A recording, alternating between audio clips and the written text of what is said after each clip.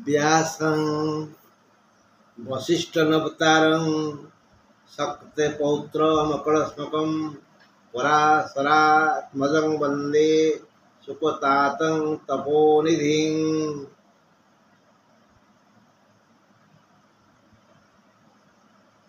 व्यासंकु मु प्रणाम करुछि। व्यास किए? व्यास हेले अचतुर्वदन ब्रह्मा। से ब्रह्मांकर अन्य एक रूप। ब्रह्मांकर चारि मुह, तांकर गोटे मुह। दिबाहुर अपर हरि। हरिंकर चारि हाथ, तांकर दी हाथ। अभाल लोचन शंभु। शिवंकर गोटे भाल नेत्र अछि, किंतु तांकर ता नाही। अर्थात त्रिदेवमय ब्रह्मा विष्णु महेश्वर त्रिनाथंक समान ज्ञानी, विवेकी, विचारवंत, न्यायशील, नीति ज्ञान निपुण व्यासं को प्रणाम करुछि। से व्यासंकर ठिकणा कण? व्यासं वशिष्ठ नवतारम। वशिष्ठ ऋषिंकर से हेले नाती। जो वशिष्ठ ऋषिंकर ज्ञान अपरिमित। वशिष्ठ जे कि ब्रह्मज्ञानी, दीर्घायु, एते आयु कारण थिला। तांकर नाती हेले व्यासं वशिष्ठ नवतारं।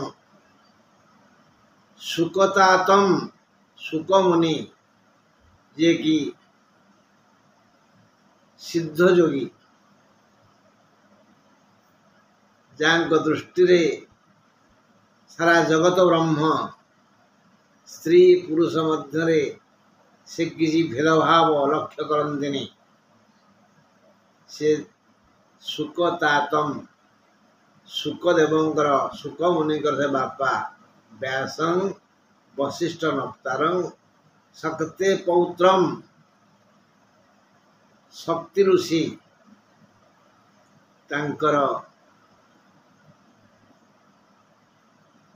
प्रपुत्र। और कौन? व्यासं वशिष्ठ नवतारं शक्ते पौत्रम मकरस्मकम। कलमश जाठे नाही, निष्पाप। कलश ने पाप, जाठे पाप नाही। व्यासं वशिष्ठ नवतारं शक्ते पौत्रं मकरस्मकम। पराशरंकर से पुओ। पराशर ऋषिंकर से हेला आत्मज। आत्मज बोले पुओ। पराशराद वंदे सुकतातं तपोनिधि।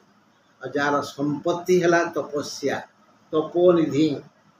तपस्या बड़े से सबु किछि आयत्त करि पारिथिले।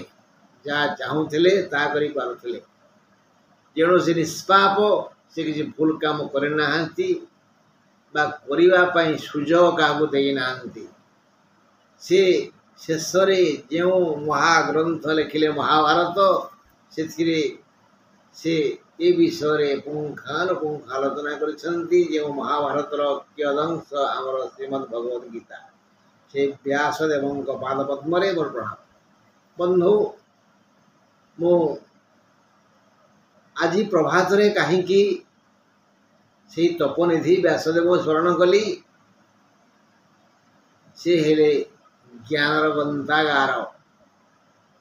जिमती तुला राशि लोक माने समस्ते ज्ञानी, कारण ये राशिर अधिपति हेले शुक्र। शुक्र हेले देवगुरु, जे कि अखंड ज्ञानर अधिकारी। ये भी तपोनिधि, ये भी योगजन्मा, ये भृगुपुत्र। यही शुक्र ग्रहंक बाहु छाया तले तुला राशि बंची। तुला राशिर समस्त प्राणी जीव मनुष्य देह धारण करछंती। सेही तुला राशि विषय आमे आज दीपद दुख सुख हेबा।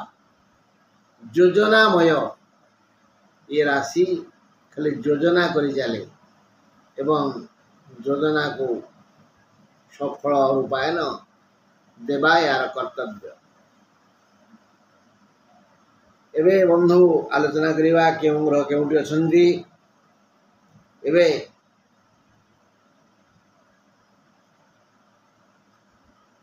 ବୃଷରେ ମଙ୍ଗଳ ଆଉ ବୃହସ୍ପତି, କର୍କଟରେ ବୁଧ, ସିଂହରେ ରବି ଆଉ ଶୁକ୍ର, କନ୍ୟାରେ କେତୁ, କୁମ୍ଭରେ ଶନି, ମୀନରେ ରାହୁ।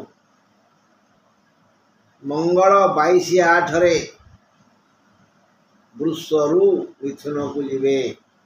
ବୁଧ 4/9 କର୍କଟରୁ ସିଂହକୁ ଯିବେ।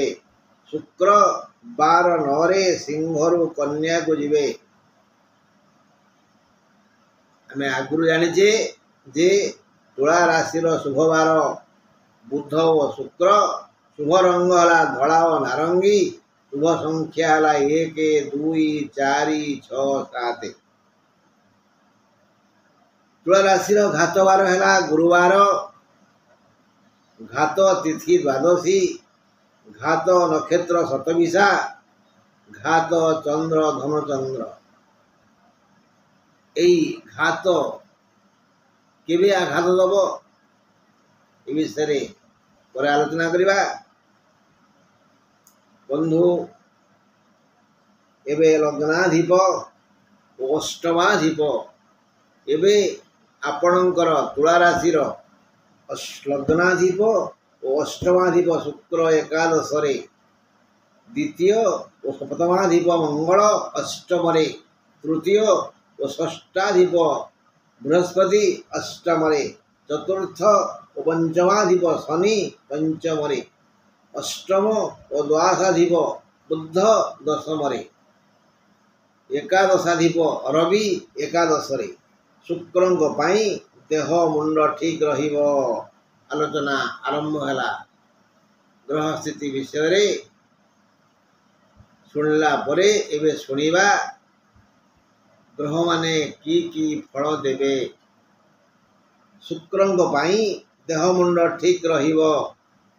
ମଙ୍ଗଳଙ୍କ ପାଇଁ ଧନ କ୍ଷେତ୍ରରେ ସମସ୍ୟା ହେବ। ବୃହସ୍ପତିଙ୍କ ପାଇଁ ଋଣ ଓ ରୋଗ ବଢ଼ିଯିବ। ଭାତୃ କଳହ ମୁଣ୍ଡ ଟେକିବ। ସୁଖ ଶାନ୍ତି ବିଦ୍ୟା ବୁଦ୍ଧି ଓ ସନ୍ତାନ ପ୍ରଭୃତି କ୍ଷେତ୍ରର ବିକାଶ କରିବେ ଶନି। ପତ୍ନୀଙ୍କ ସୁଖ ଶାନ୍ତି, ପତ୍ନୀଙ୍କର ଯଦି ତୁଳା ରାଶି ତେବେ ତାଙ୍କ ସ୍ୱାମୀଙ୍କର ଯଦି ତୁଳା ରାଶି ତେବେ ତାଙ୍କ ଘରଣୀଙ୍କର ଶାରୀରିକ ସମସ୍ୟା ଜଟିଳ ହେବ।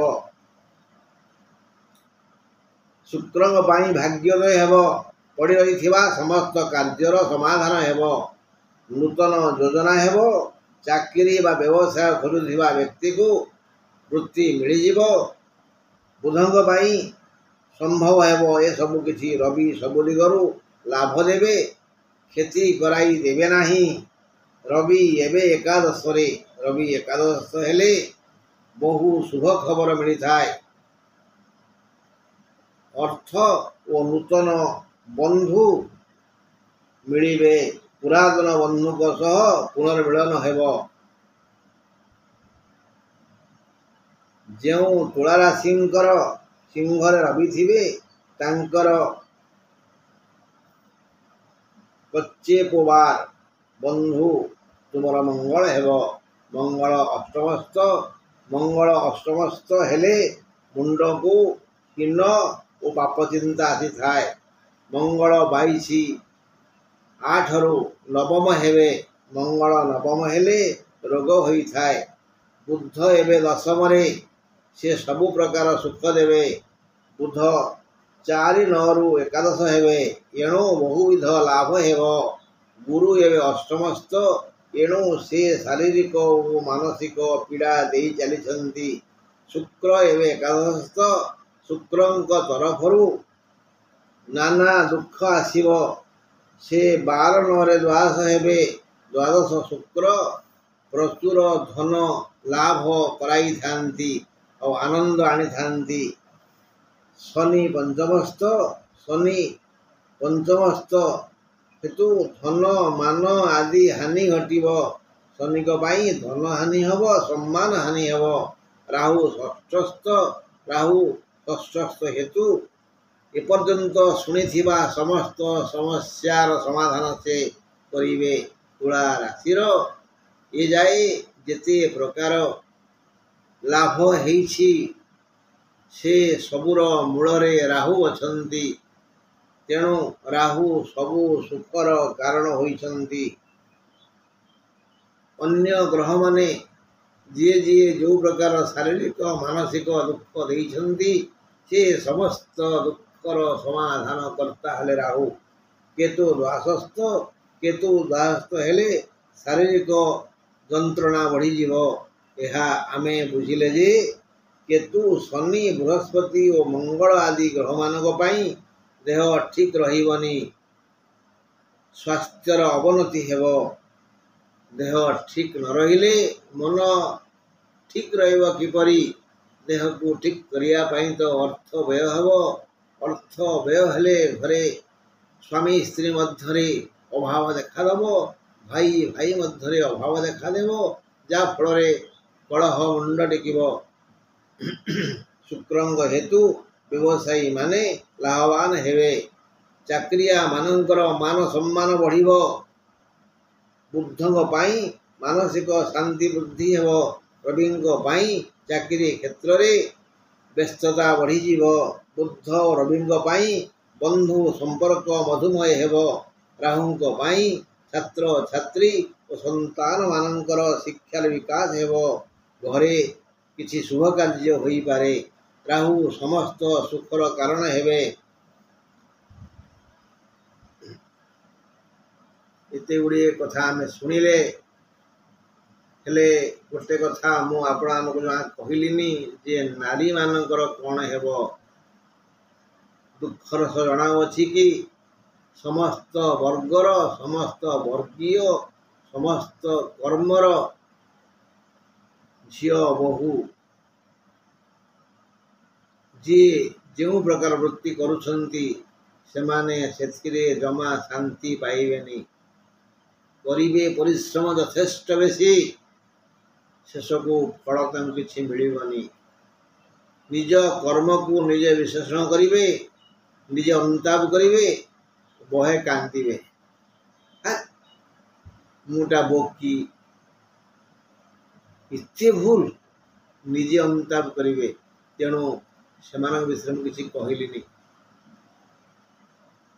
हेले ये दुख जी जो प्रकार दुख देवे से दुख रु हमको जड़े रक्षा करेंगे से किए हेले ना संकट मोचन हनुमान तेणु हे मोर प्रिय तुला राशि बंधुगण आपण हनुमान चालीसार दीटा दोहा दीटा धाड़ी की सब पढ़ंतु ना सही रोग हरई शब पीरा ना सही रोग हरई शब पीरा जपत निरंतर हनुमत बीरा हनुमत बीरा हनुमत बीरा हनुमत बीरा निरंतर जपंतु आउ ये दी ध्याड़ी की पढ़ंतु लगे ना सही रोग हरई शब पीरा जपत निरंतर हनुमत बीरा संकट तें हनुमान छुड़ाओ मन क्रम वचन ध्यान जो लाओ सबु संकट पड़े जीव मनरे कर्म रे आमे जहा करुथिबा से काम कला बेले टिके मने मने भाबिबा